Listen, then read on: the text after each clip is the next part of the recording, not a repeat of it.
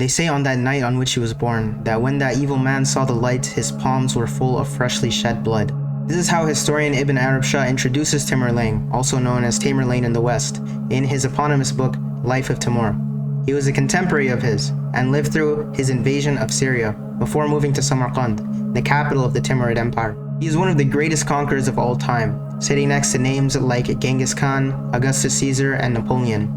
And like them, he brought the lands between the Mediterranean Sea and the Himalayan Mountains under his rule by any means necessary.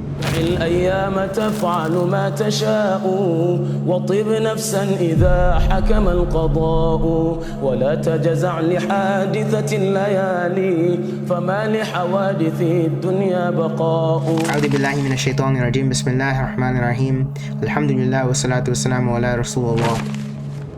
Timur's name means iron. He was born 736 years after the hijrah of Rasulullah sallallahu alaihi wasallam, 1336 of the Common Era, in the Khanate established by Chagatai, the son of Ghengis Khan. He was a natural-born leader. From a young age, he took his tribesmen out on raids, pillaging the property of traders and farmers who passed through the area. On one occasion, a shepherd fired back, crippling the young upstart. From then on, he was known as Timur Lenk, Timur the Lame. A few years later, Timur's military career began in earnest. He invaded Khorasan on behalf of the Chagatai Khan and began making connections with the ruling class. Timur's ambition set him apart from the other generals. He knew how to build relationships and, more importantly, how to keep the loyalty of his men. Aristocrats, religious authorities, and soldiers all appreciated the money flowing into their cities following Timur's conquests, a stark contrast to the Khans who hoarded wealth and taxed the population. Before long, he deposed the Chagatai ruler and took control. Now it was time for him to look outwards. After taking the title of Emir, consolidating his control over Persia became his first priority.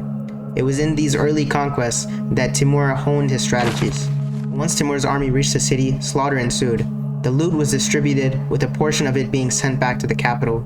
Occasionally, enemies were decapitated, their heads stacked in pyramids outside the city walls. The idea was to destroy their spirits. Only a select few of the educated class were spared. After the embers had died out, taxes were levied. This pattern continued as his army advanced, defeating the Golden Horde in the Caucasus, the Delhi Sultanate in India, the Mamelukes in the Levant. Ibn Arab Shah's history tells the horrific eyewitness account of a Syrian scholar who survived Timur's invasion. Timur Lenk, returning from Syria, reached the high mountains of Halab.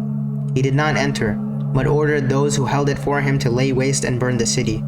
We saw the fire with which the whole city blazed, and after 3 days no one was left in it, and when we returned to it we saw no one therein. Timur's last campaign was the furthest west he had ever gone before. Negotiations with Sultan Bayezid had soured. The two went back and forth exchanging heated letters, until Timur finally invaded Anatolia. At the Battle of Ankara, Timur's forces took Sultan Bayezid prisoner. Upon his capture, historians claim Timur said, "It is clear that fate does not value power and possession of vast lands if it distributes them to cripples, to you the crooked and to me the lame."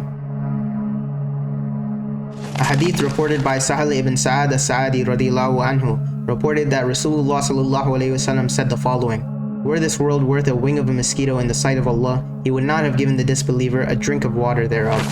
Timur Lenk died 807 years after the hijrah of Rasulullah sallallahu alaihi wasallam, at 68 years old, leaving behind an empire that his children would soon fight over.